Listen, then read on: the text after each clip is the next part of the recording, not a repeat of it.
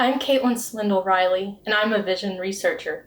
I'm currently an assistant professor in biomedical engineering, chemical and biomolecular engineering, and ophthalmology and visual sciences at The Ohio State University. My research focuses on developing new treatments for blindness, including implants and drug delivery systems for the eye. Unfortunately, all of us will experience some form of age-related vision loss, with some of the leading causes including cataract and age-related macular degeneration. The top 4 age-related ocular diseases currently impact over 35 million people in the US alone. This number is expected to more than double by 2050.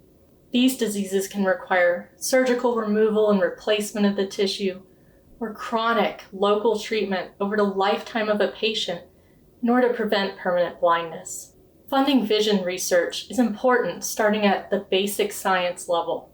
Researchers are still discovering disease mechanisms involved with several causes of blindness.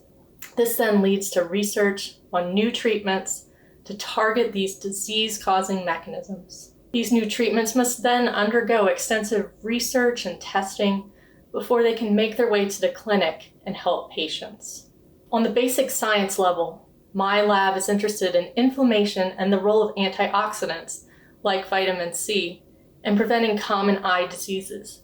My research uses polymers, which we encounter every day in our food, in our household products, and even in devices like contact lenses and glasses.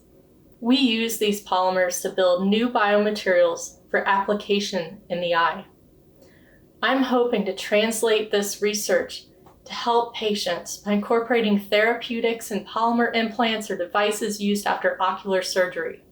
This has the potential to prevent complications, including cataract and glaucoma. I would like to discuss in more detail my work on the third leading cause of blindness, which currently has no cure.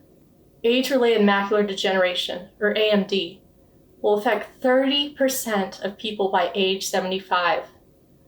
Only recently did a treatment become available. Patients, however, can only maintain vision with frequent, often monthly injections of therapeutic straight into the eye for the rest of their lives.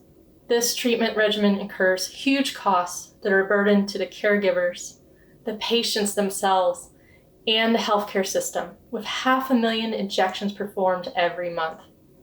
It's clear that one of the top unmet needs for these patients is finding a way to extend therapeutic release to reduce that injection frequency and the number of office visits. To address this, my lab at Ohio State is developing local ocular drug delivery technologies with the goal of reducing the number of patient visits and improving visual outcomes. These biodegradable, injectable implants have the ability to sustain drug release. We have developed small drug delivery devices from the nanoscale, 1,000 times smaller than a poppy seed, to microcapsules that are smaller than a grain of rice. We investigate many types of polymers and use engineering and materials processing techniques to develop these new drug delivery systems. The research in my lab has shown that we can fine-tune the devices to sustain release several months to even over 1 year. These drug delivery systems also maintain therapeutic bioactivity, and it reduces the quantity needed of these expensive drugs. This represents a significant improvement over the current treatment of monthly injections often required for age-related macular degeneration. I'm driven to generate new biomaterials and drug delivery systems for the eye in order to prevent blindness. Several of these technologies developed in my lab have been recently licensed by a startup company, with the goal of bringing these new treatments to patients. In addition to the ongoing research at the university, I also consult with the company to help commercialize the technologies we developed at Ohio State, ultimately bridging the gap between basic science and the clinic.